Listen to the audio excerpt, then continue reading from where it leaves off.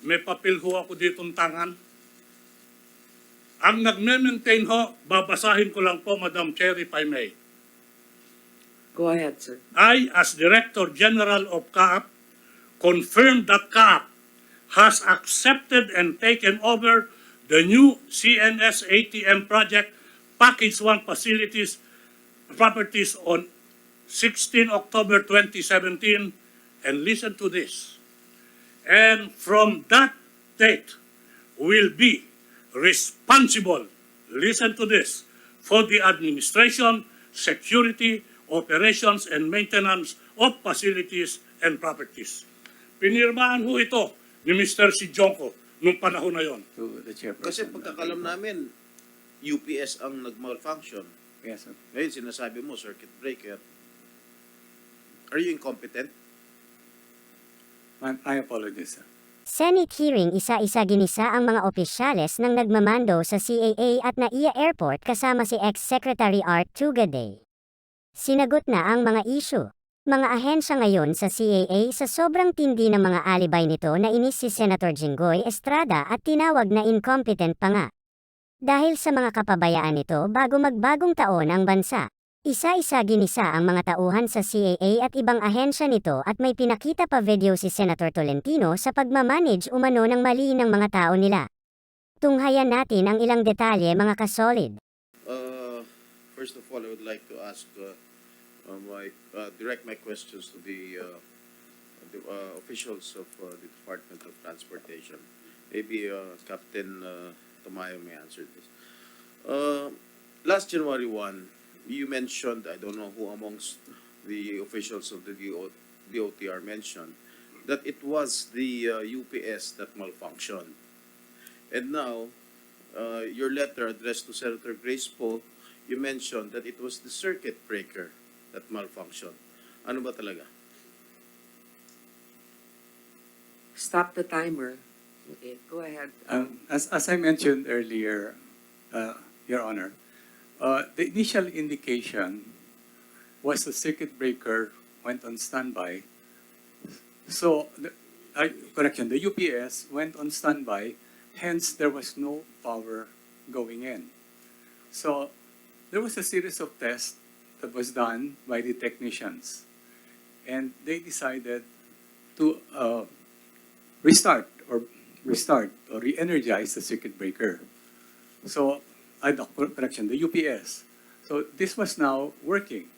So, all the while, may kuryente na. So, we were happy with that because we just had to wait for the re-initialization of the system para operational.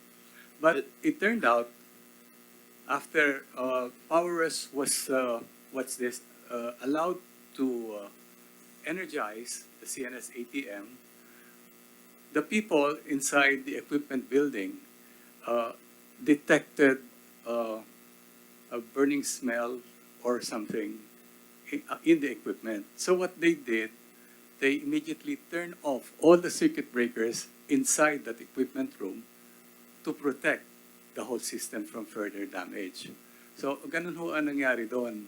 So kala namin, the first defect was the UPS. So yun ho una lumabas, but then troubleshooting occurred until they found out na yun hong circuit breaker pala ang nagkakos ng shutdown Bakit ng UPS. ngayon nyo lang nalaman, after 8 days, bakit ngayon nyo lang nalaman na circuit breaker ang may diferensya? Hindi po. If I may, we found out on the same day. Kaya On the nga, same day? Yes, sir. Ngayon lang kayo sumulat kay Senator Grace sa January 9 na circuit breaker ang may diferensya. It occurred on January 1 din po. Na Wala pong proper maintenance ang circuit breaker. The circuit breaker has minimum maintenance actually. Ang ginagawa lang ho ng mga technicians dyan is to check yun hong mga nuts kanina na nakita natin. They make sure it is tight. They make sure the voltage passes through it and there is continuity. The circuit breakers are sealed units, sir. How did you fix the faulty circuit breaker? We replaced it, sir. Did you make any upgrade? No, sir. Exactly the just fixed same. it? Exactly the same. Is there a backup system? This circuit breaker, sir, marami eh. As I illustrated earlier, bago pumasok po doon, 3 pa ang circuit breakers, and then each of the equipment has its own circuit breaker itself. Aside from that, there are 2 panels for redundancy. Well, you mentioned on the same day that it was the circuit breaker that malfunctioned. That's correct, sir. Why did you report to our chairperson only now that it was the circuit breaker that malfunctioned? I would like to apologize, sir, for the late submission to the chairperson. Kasi pagkakalam namin, UPS ang nag-malfunction. Yes, sir. Ngayon sinasabi mo circuit breaker. Are you incompetent? I apologize, sir. Okay, when was the system purchased? As I mentioned earlier, the project started in 2010, and finally it was inaugurated in 2018. 20? 18. How much? This About was? rough ballpark figures are 10 billion pesos. Who evaluated the system? Were experts hired for this purpose? That's correct, sir. A feasibility study was done. Who recommended the procurement to procure the system? That was in early 2010, sir. I think that was DOTC at that time. When the DOTC? Yes, sir. The project started. Okay, I'll get back to you, Captain Tamay. Secretary Tugade, I think according to our chairperson that there were unfair reports that you diverted the 13 billion allotted to CAAP. Now it's your time to explain if you diverted the 13 billion or not. With the permission of the Honorable Chair and the members of the Public Services Committee, I would like to extend my appreciation and gratitude for the opportunity that has been given to me to be present today, to be able to explain certain issues and matters which unfortunately were so unsavory that perked me up and woke me up in my retirement moments. Nagulat at nagulantang ho ako nung sinabi nila, 2 issue ho yan. Una ho, may diversyon. Pangalawa ho, yung sistema is outdated and outmoded. Marami nagsasabi, hindi ko sinabi yan. Nakikita ko lang po yun sa Facebook, sa social media, sa mga dyaryo. Kung totoo o hindi yon, hindi ko alam. Ngayon ho, nandito ako upang ipaliwanag ang mga bagay-bagay, upang magbigay kaliwanagan sa mga nakikita natin sa Facebook, social media at pahayagan. Una ho, sa diversion of funds. Ang sabi po nila, may diversion of 13 billion. Una ho, nag-isip ako, saan nanggaling yung figure na 13 billion? Pagkakalam ko, kung proyekto at proyekto lang ang pag-uusapan, ang amount involved is around 10.3 billion. Nasaan yung 2.7 billion? Hindi ko alam. Ngayon, doon sa diversion, alam nyo, yung salitang diversion, merong unsavory connotation yan eh. Para kang may ginawang ililipat mo yung pera at ginawa mong pondo para sa ibang mga project na dapat gastusin mo sa mga proyektong kinauukulan. Yun ho ang hindi magandang tema dyan. Wala hong na-divert pagkat ang project ng CNS-ATM is what we call a loan-funded project. Ibig sabihin, yung proseso niyan na ang nangangasiwa is JICA, hindi ho pumunta sa amin yung pera niyan.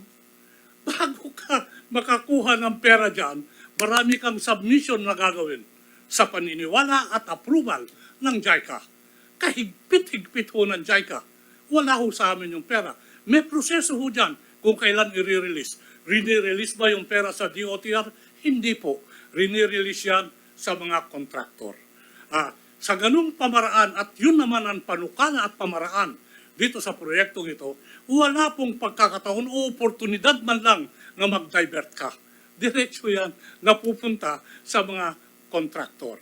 Ngayon ho, kung ang sasabihin mo dinivert yung GAA, funded, budgeted project, isipin ho natin na yung CAAP is an autonomous independent body, GOCC, may sariling budget ho yan. Na hindi ka pwedeng magpalipat-lipat dyan. Criminal ho yan. At abogado rin ho naman tayo, hindi naman ho tayo nagagawa ng ganyang kalokohan. Ang alam ko lang ho, there was once upon a time in 2018, a budgeted amount of 100, don't hold me to the numbers, 120 or 180 million, precisely for maintenance, administration, security, and operation of the CNS ATM. Bakit ho may ganyan? Papaliwanag ko lang ho. Kanina natanong, ano ang nangyari nung natapos may award yung CNS ATM? Meron hong pinirmahan na Certificate of Turnover na tinatawag. Gawain ho ng Thales na i-maintain yan under warranty for a period of 2 years. Tama ho kayo, Madam Chair, na after 2 years, wala na. Bakit nagtuloy-tuloy? Sino ang nangangasiwa? Sino ang nag-maintain? May papel ho ako ditong tangan. Ang nag-maintain ho, babasahin ko lang po, Madam Chair, if I may. Go ahead, sir. I, as Director General of CAAP, confirm that CAAP has accepted and taken over the new CNS ATM project Package 1 facilities properties on 16 October 2017, and listen to this. And from that date will be responsible, listen to this, for the administration, security, operations, and maintenance of facilities and properties. Pinirmahan ho ito ni Mr. Jinggoy nung panahon na yon, under the recommendation of the then USEC for aviation in the person of Mr. Iski Tamayo. Ito ho yung pinirmahan niya. May endorsement ho yan, yung tinatawag natin na contractor na tumutulong sa DOTR. Ang pangalan po, if I may read, Madam Chair, Dr. Yukinori Otani. Siya ho yung consultant nung proyekto na ito na nagsabing, na nag-witness nung turnover na yon. In other words, it is true that Thales stopped its operation and maintenance after 2 years because that is their warranty. But CAAP assumed the responsibility of taking full responsibility on maintenance, operation, administration, even security of the system. Kailangan ho yan tuloy-tuloy. Tama rin ho na kailangan meron kang core of skillful engineers that will have to manage the CNS ATM. Kasi nga ho, binit-bit ang responsibilidad ng CAAP yan. Marami hong nandiyan sa CAAP ngayon na alam itong dokumentong ito. Nagulantang at nagugulat lang ako na hindi sinasabi.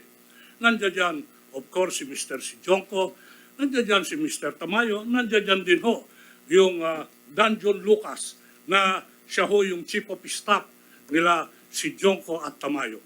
Lahat ho dapat yan ilinalatag at linalabas dito para maintindihan ng totoo at lubusan ng committee ito.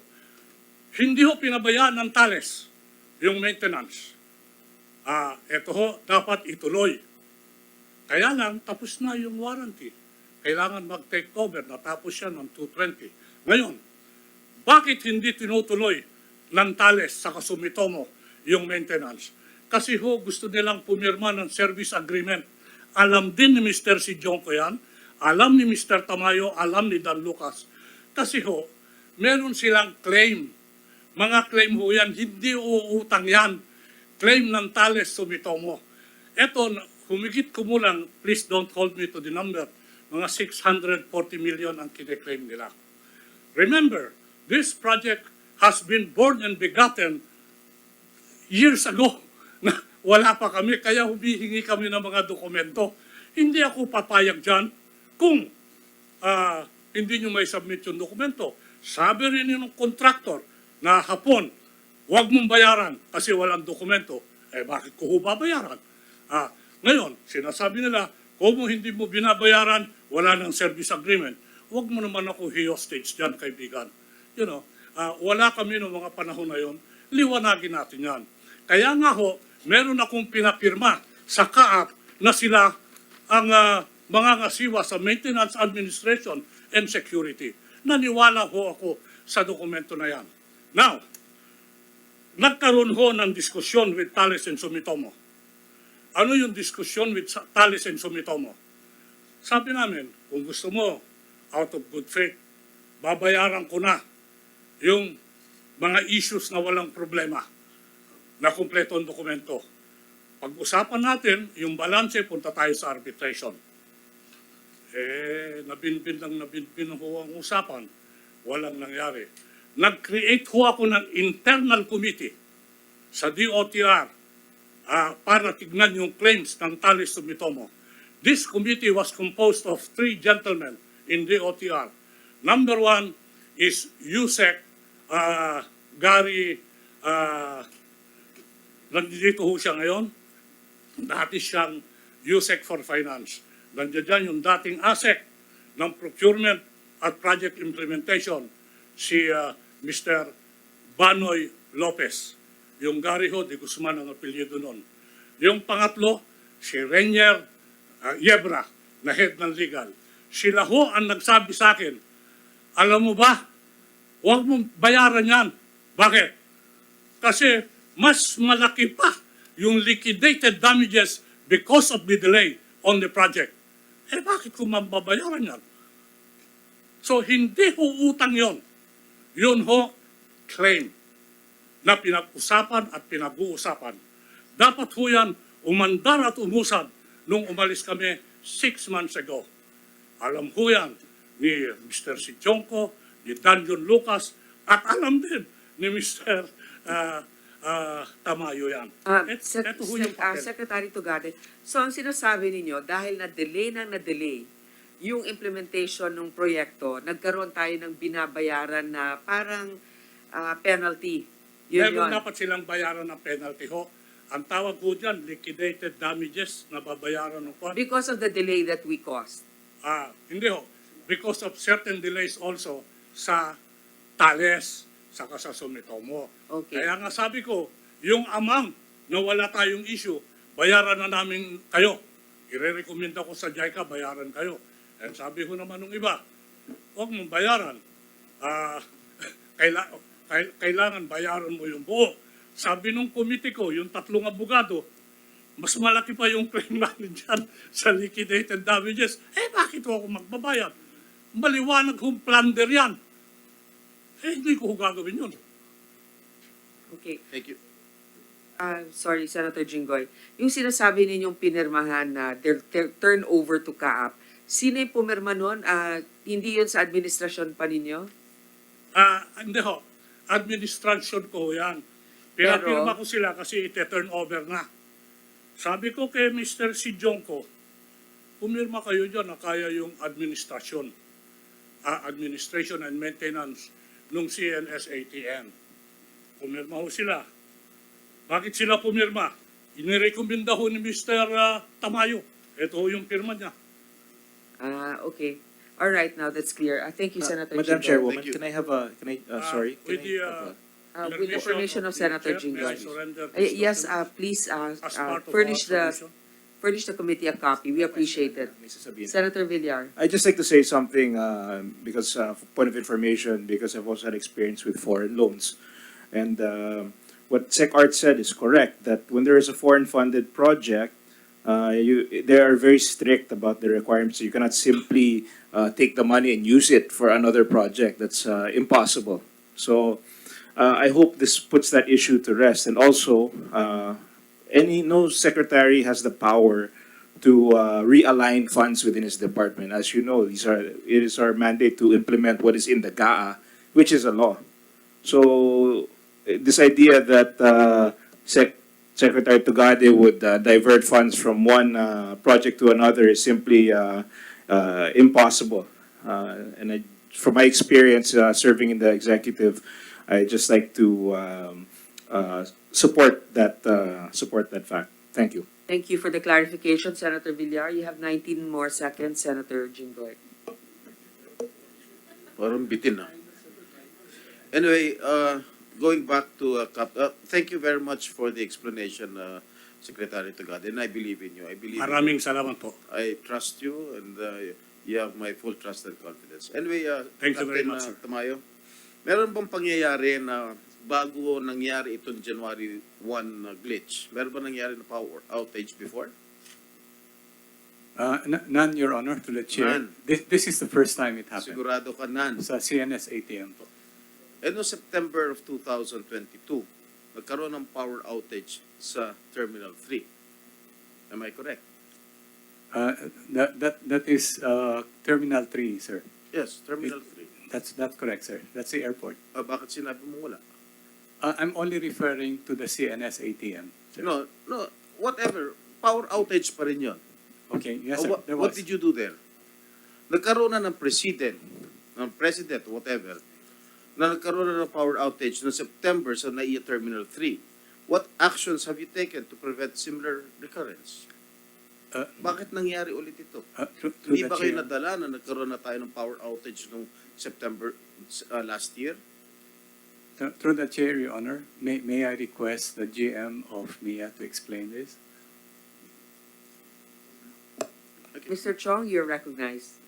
Madam Chair, yes, Your Honor, yes, there was an outage at NIA Terminal 3. It lasted for about 6 hours. Actually, ma'am, the standby generator was able to power up naman po. It's just that there were some critical mission items that were not connected to the standby generator, and that was the immigration connection po. That's why there were some queues.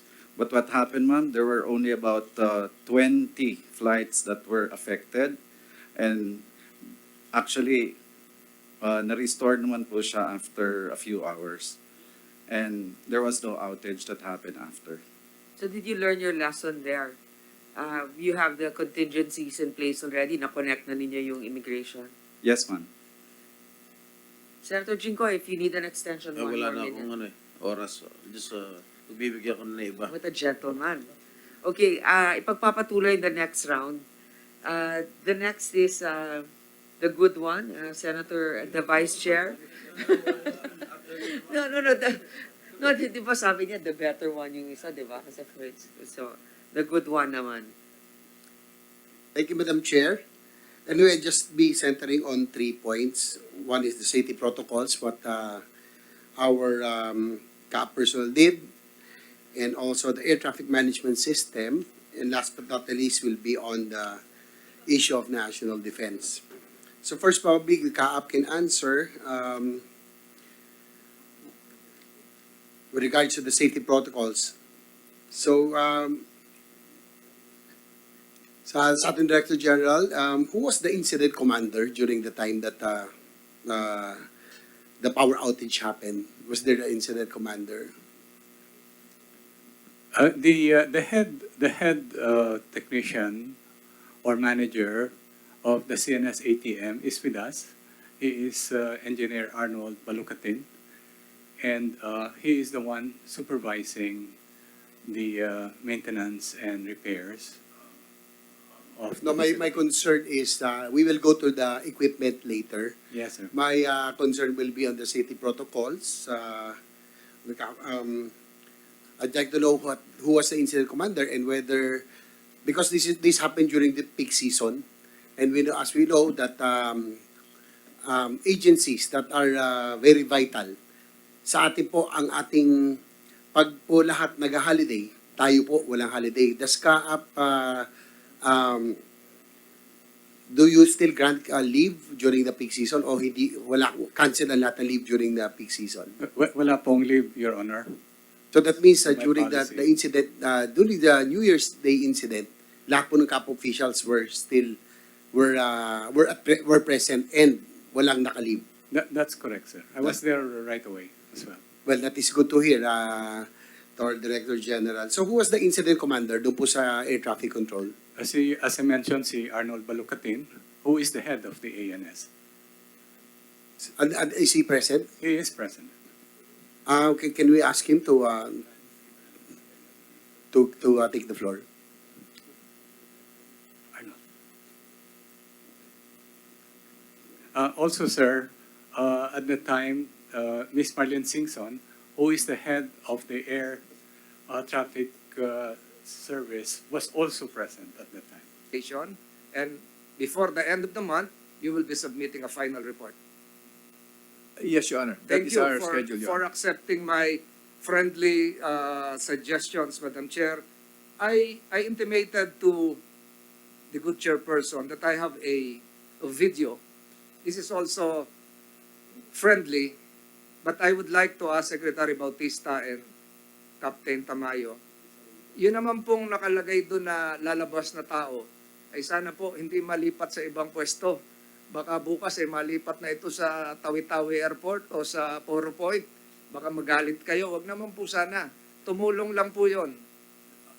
Do we agree to have that on the record with the presence of our colleagues here na hindi siya tanggalin, administratively suspended, or transferred to another airport with no airstrip?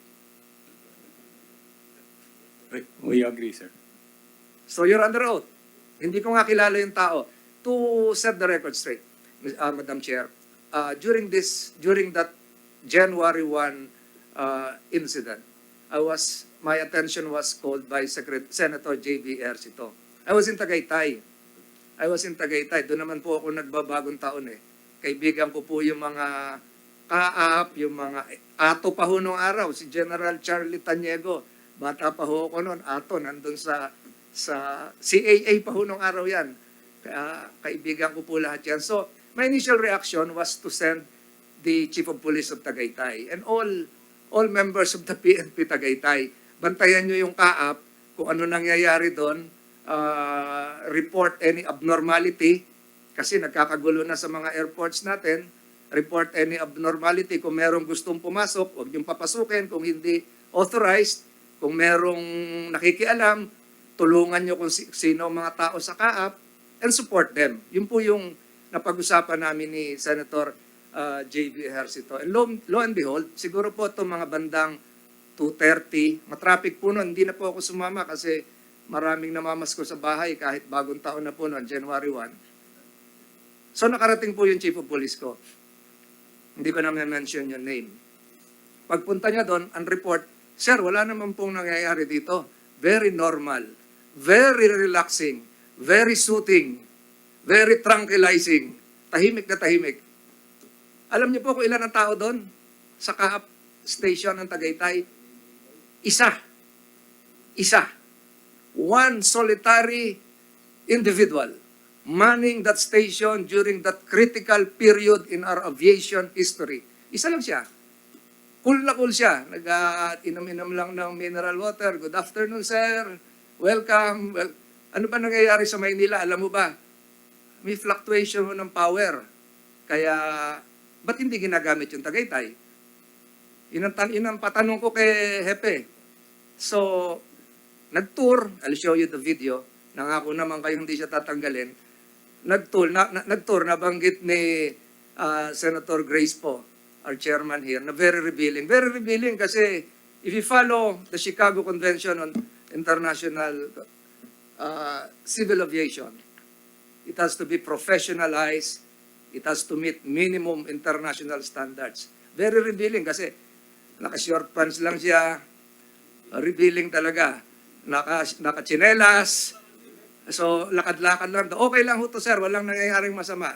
Tamawagan na ba kayo ng Kaap Manila? May text po na wala na hong flights. So ikaw, anong ginagawa mo? Ba't ikaw lang mag-isa? Monitoring lang po ako dito. I hope you will not take it against him. Tagaytay has been known to be a hospitable city. Oh, actually, So- there should at least be 2 people, di ba, in the shift para kung nabanyo yung isa. O, di ba? Okay. So, pakinggan niyo po ito. While the airport fiasco is going on. Normal operation, lahat yan sa tuloy. talaga. So, is either cancel, diverted sa ibang airport. Yun yung surveillance namin, sir. Tapos yung communication namin ng plan. Okay daw yung communications. Narinig niyo? So, yun, naka-chinelas nga siya. So, very relaxed. Parang wala nangyayari. That's January 1. January 1, 2 p.m., thereabouts. Second video. Can we have that second video? Yung labas naman ng facilities. Huwag niyo po tatanggalin to, ang apakabait nito. Huwag niyong ililipat. Ito po siya, yun. Nag-tour. Sabi ni Senator JB, walang security guard. Pulis na ho namin yung nagpaikot-ikot dyan. Siya lang mag-isa. Iniwan niya na yung loob. Nag-tour doon sa labas. Iniwan na yung loob. So wala nang tao doon. Baka tumatawag kayo. Nasa labas po. Kasalanan ko po yan. So again, very revealing. Very, very peaceful, tranquil place in Tagaytay. Lakas ng hangin. Nakita nyo? Naririnig nyo? So having viewed this stage, you promise not to transfer them. You promise transfer him, not to administratively sanction him, nor even admonish him. Pabantayan po namin yan. Kawawa naman yung bata. Napakabait niya. Pero ang tanong ko po dito, and this is a friendly suggestion. We have reached a high level of alert during that critical moment. Nagdidetour na yung mga eroplano, bumabalik na yung mga galing ng Japan, Hong Kong, Davao, Cebu, grounded na lahat. And yet, we don't have that state of urgency required to address a very critical situation involving at that national security. So, are you saying now that we are now not following this convention that we have been mentioning for several times na? Baka yung 69 natin, pag napanood nila to, baka gawin na lang 6.9.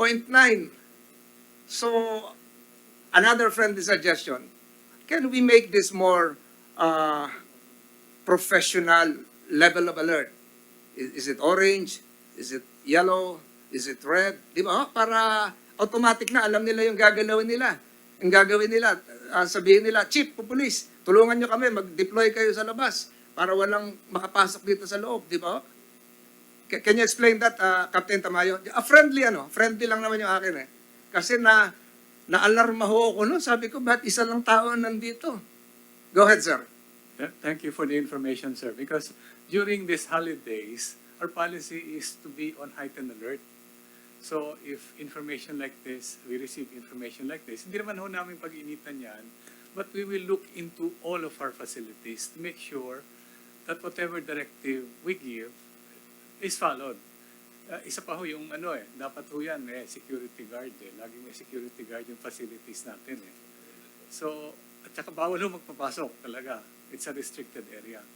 So huwag ho kayo magagalit sa kanya kasi pinakialaman ko na yan dahil alarmado ho rin kami. Tsaka nasa Tagaytay ho yung, nandun din ako a few kilometers away. Sasama nga ho ako doon, kung wala lang namamasko sa akin, nandun din ako.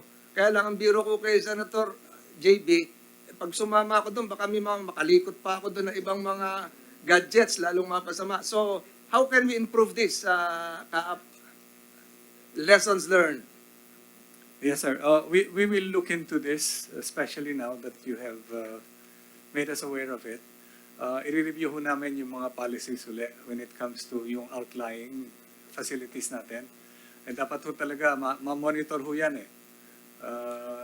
You really don't know what will happen. Kasi yung during that situation last January 1, yan ho was very important for us, the Tagaytay facility, because that's a microwave facility. And when we restored power at the CNS ATM, yan ho yung unang tumulong sa amin sa communication.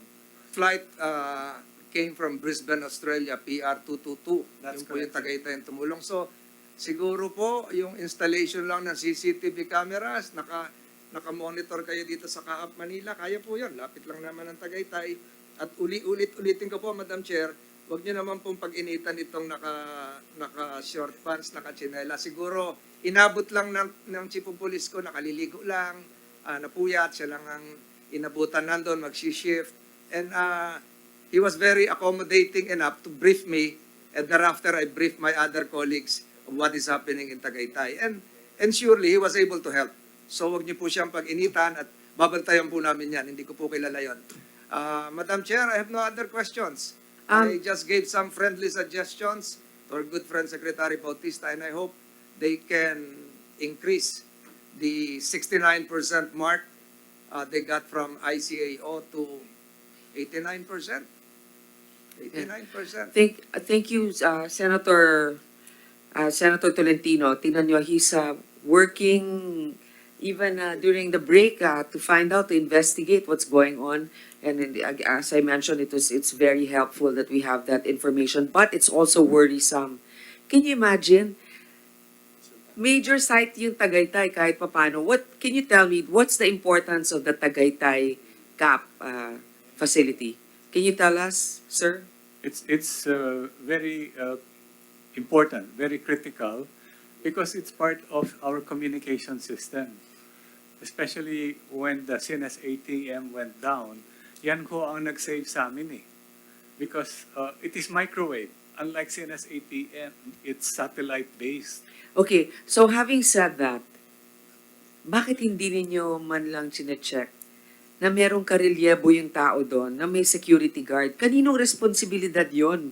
I mean, that's very basic and I guess very visual, that you can actually see right away that you're not being compliant.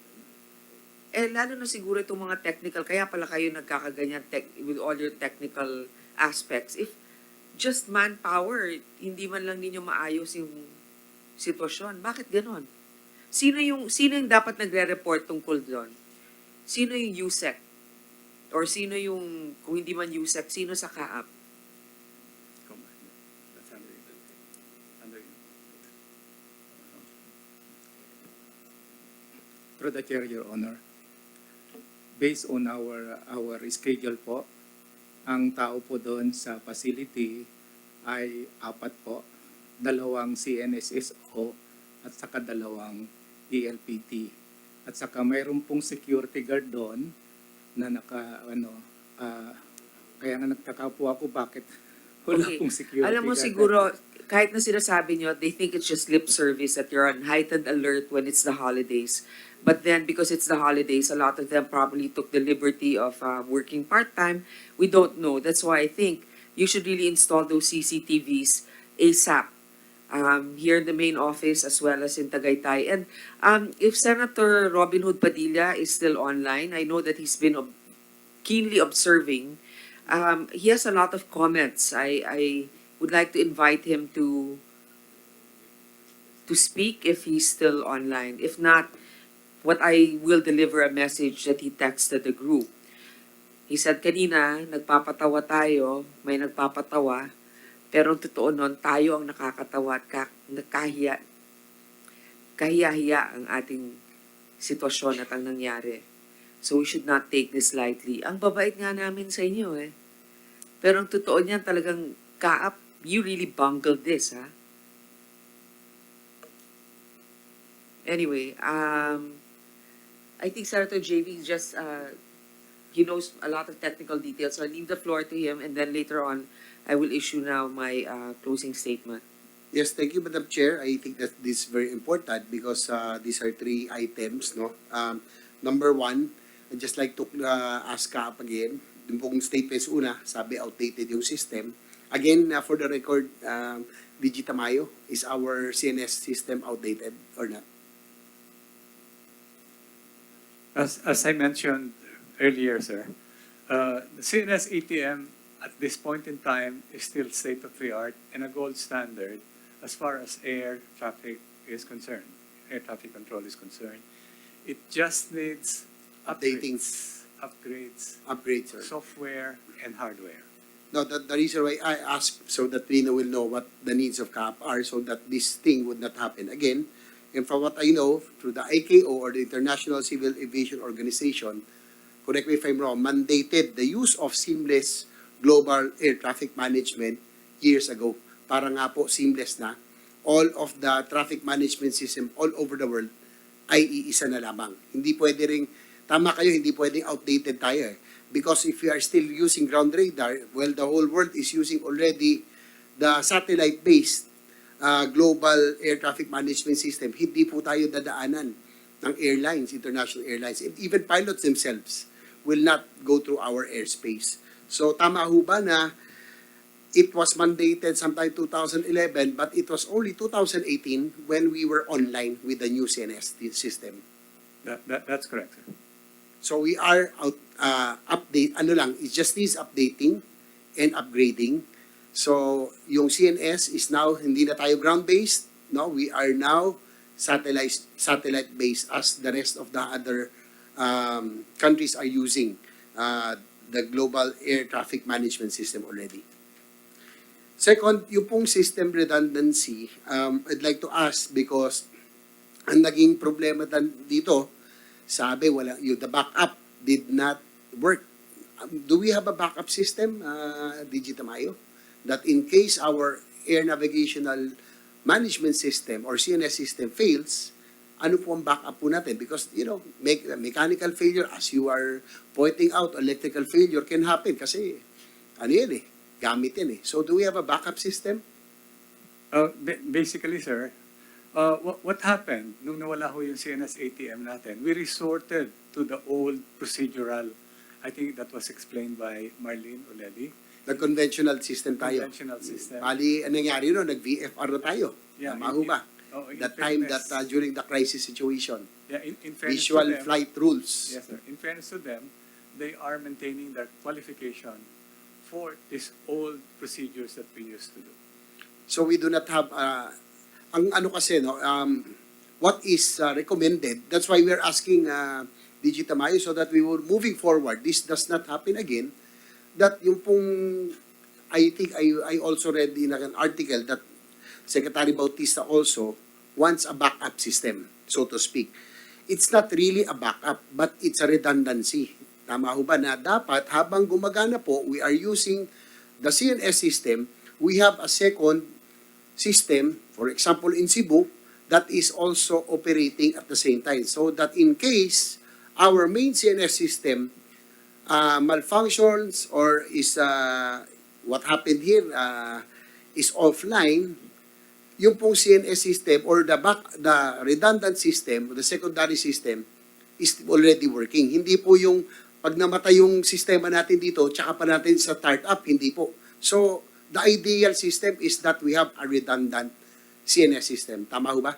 That's correct, sir. It should be an independent system. So that in separate event of a from- failure or a breakdown, Yes, at a separate kayang location. saluhin. Yes. Tama.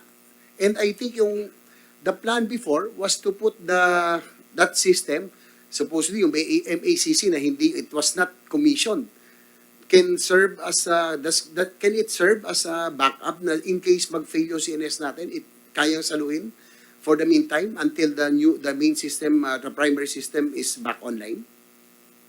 As mentioned by General Hotchkiss, that MACC system never went online kasi ang dami hong Yes. defects, ang daming issues.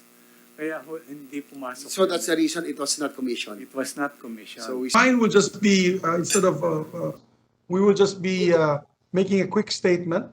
And basically, of course, we will discuss and await the explanation of the other CAAP officials. To our members of the DOTR that are there today, pleasant good afternoon.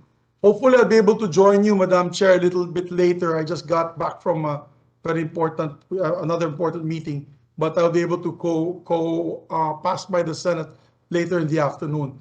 But my question, Madam Chair, is very simple. It's I just can't fathom the idea that our CNS ATM, our navigation system for all our flights would conk out, especially in such a important time as January 1, where it is the peak of the holiday season.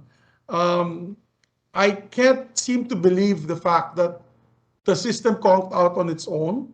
And as I mentioned in many interviews, could be three possible scenarios. One was really incompetence of our personnel at that particular point in time. Maybe the outdated equipment, and probably the third would be sabotage.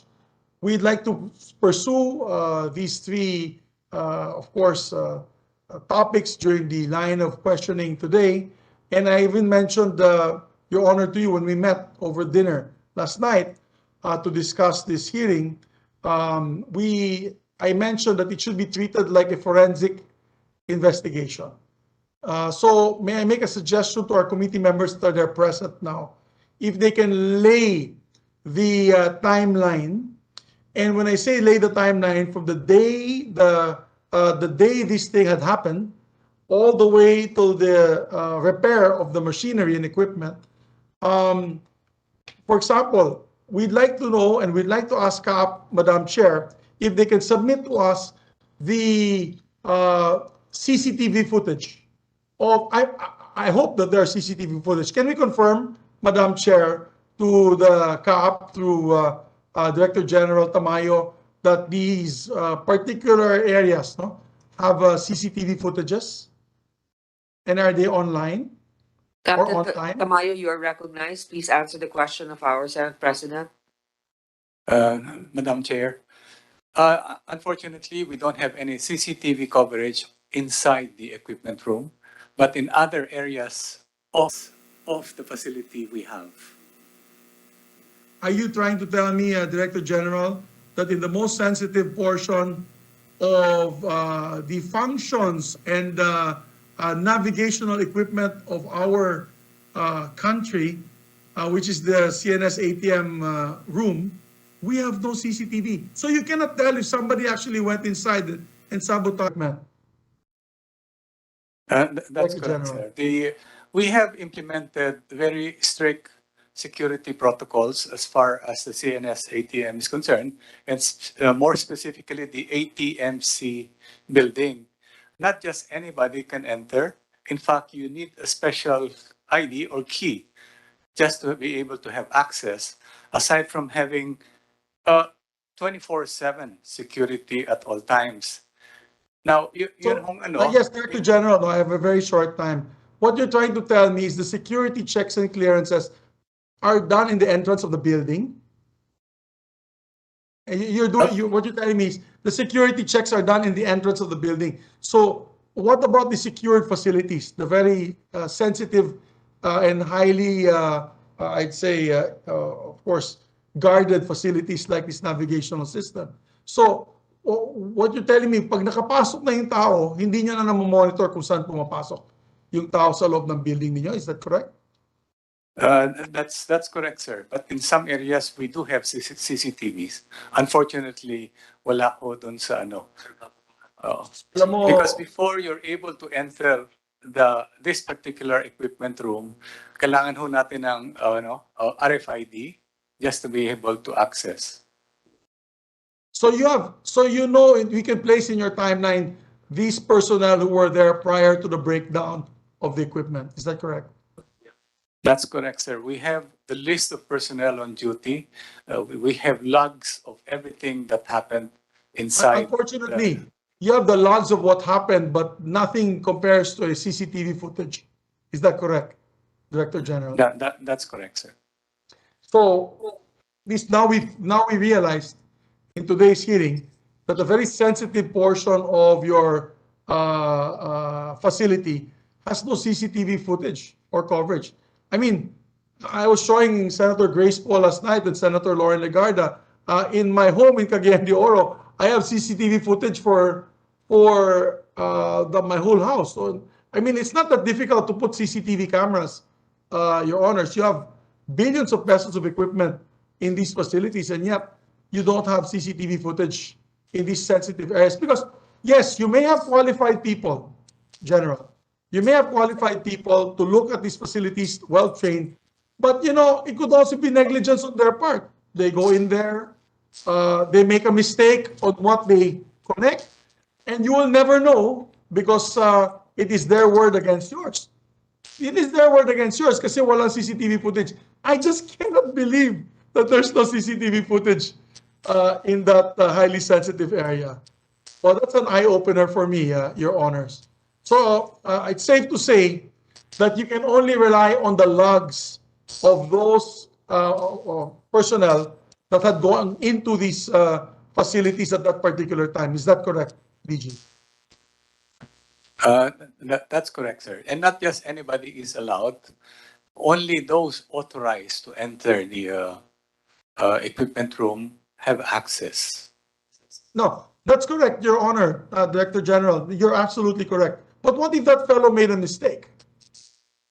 What if that fellow plugged us? That's the Marites, no? Yan yung umiikot na Marites all over social media, and what's been reaching to us that there was a mistake in the plugging of a particular equipment from 220 to 380 voltage.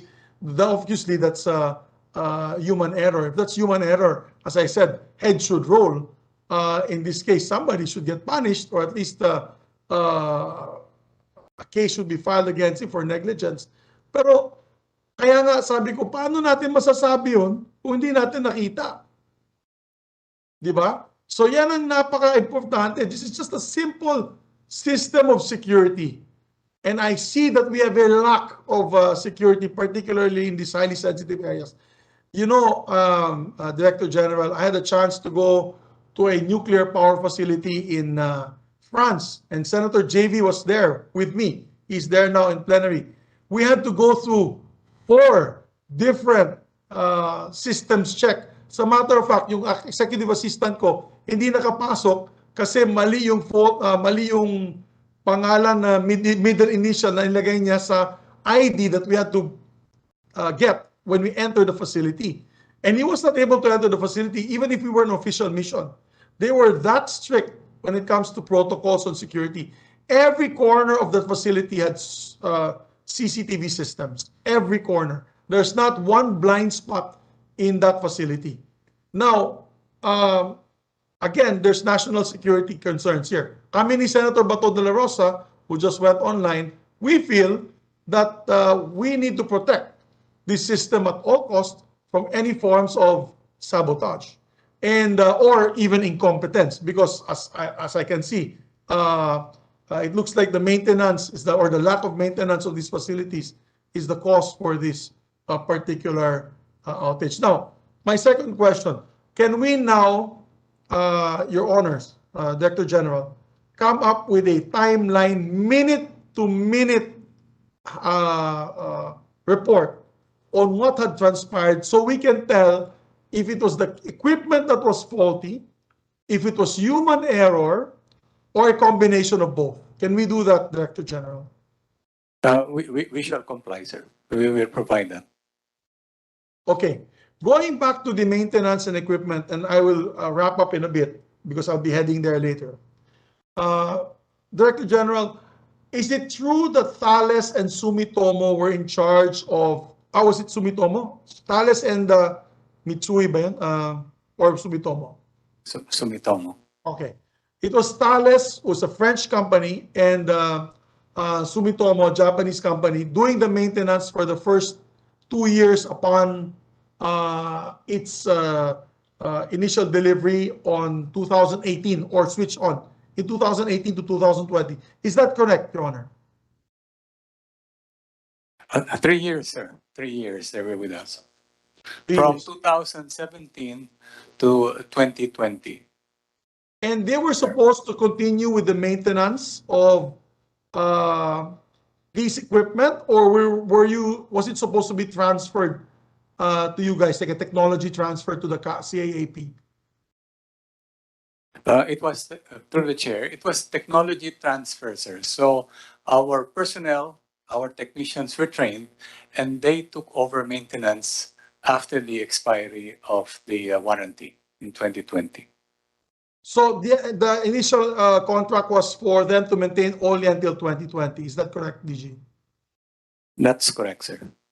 Because what the information that I had gotten last night, and the good chair was with me last night in the house of the ambassador, French ambassador to France, is that they were supposed to be maintaining the equipment, but we failed to pay them. Hindi po natin nabayaran sila. Totoo bang may utang po tayong 1 billion sa kanila? There are existing claims, Your Honor, and it's still it's still under negotiation up to now. I think both parties are here and they were negotiating up to last night to be able to settle these claims as soon as possible. So we want to find out and get to the bottom of this issue, Director General, because we want to make sure that baka nagtipid po tayo, hindi na lang natin binayaran at sinabi na lang natin, tayo na lang mag-maintain, kaya natin to. But we all know that this technology is highly technical and it is very I would say tedious or very difficult technology to master. So who certified? Did we certify our people? Did Thales and Sumitomo certify our people to be able to run the facility? Through the chair, yes, our personnel are factory trained and they were certified. And then, in fact, they're here. We can confirm it with them that they agree that our technicians are indeed proficient. May I ask, Madam Chair, may I ask Thales or Sumitomo, the representatives that are there today, the question? Can I ask them if indeed their contract expired in 2020 and therefore they had no obligation to maintain the equipment after that, even with an extended contract? Or ask if we asked for an extended contract? Before you answer that, I'd like to acknowledge the online presence of Senator De La Rosa, and then also earlier I saw Senator Tolentino present, and now I would like to recognize Sumitomo, Attorney Lim. Through the chair, Maayong hapon, Your Honor. That would be correct after the taking over by the DOTR on the CNS ATM project. The DOTR had their own turnover to CAAP. That's 2017 in October. We had a 1-year defects notification period where we conducted both repair and maintenance of the system. That's until 2018 of October. After that, 2 years extended warranty, that's what we call it, where we provided warranty services. No? Before the taking over on October 2017, we had proper trainings and operations and maintenance manuals turned over to the CAAP personnel. No? So while we were implementing the project, although this was a DOTR project, we were already working hand in hand with CAAP people. Because the facility, the CNS ATM, we call it the ATM Center building, is located within the CAAP compound. Because I'm not a technical person, Your Honor, I'm really leaning on the CICC to make this kind of determination. But I'm looking at the vulnerability in terms of the critical infrastructure status of the CAAP. For example, during the briefing, they said that they need a backup system, but it cannot be in the same building. In fact, they were talking of FLART. So you will have to support them to really have another separate building for a backup. Hindi pwedeng sa parehong building yung kanilang backup. Okay, the other part is that together with my colleague here, Rick De Leon, we said there are people who are manning equipment for navigation, etc. To give the signal to the pilot to come in and to fly in, to go out and fly in, should have security clearances. No? Na aming binibigay din sa National Security Council. So we already informed Secretary Bautista about this need. Particularly because there is a very quick turnover of people, mainly because of what already the Madam Chair noted, yung ang laki ng gap ng salary nila, yung air traffic controller minsan, on the average, during the time you were consultants there, parang 2 taon lang sila. Pag nakuha na nila yung expertise, alis na agad sila, no? And usually pumupunta sila sa Singapore. So, siguro another one that I missed out is sana alisin natin yung CAAP dun sa salary grade. Ano ba yun? Yung parang framework. Very skilled kasi yan eh. Alisin natin sila dyan. Kung hindi talagang yung tao nila will seek better paying venues. So napanood natin guys ang mga kasagutan sa isyu ng mga tauhan may responsable sa nangyaring aberya sa NAIA Airport noong panahon bago magbagong taon. Napanood natin ang ilang kapabayaan ng ilang ahensya tungkol dito at mga ebidensya na sinumait ng mga senador na kapalpakan ng mga tao nito na kapabayaan at naging sanhi ng problema ng sistema nito. At nagbigay ng saloobin ang ilang senador at mga ipapasang batas para di na maulit muli ang nangyaring kapabayaan at kahihiyan ng bansa sa naganap na fiasco sa NAIA Airport. Maraming salamat sa suporta muli mga ka-solid and God bless all.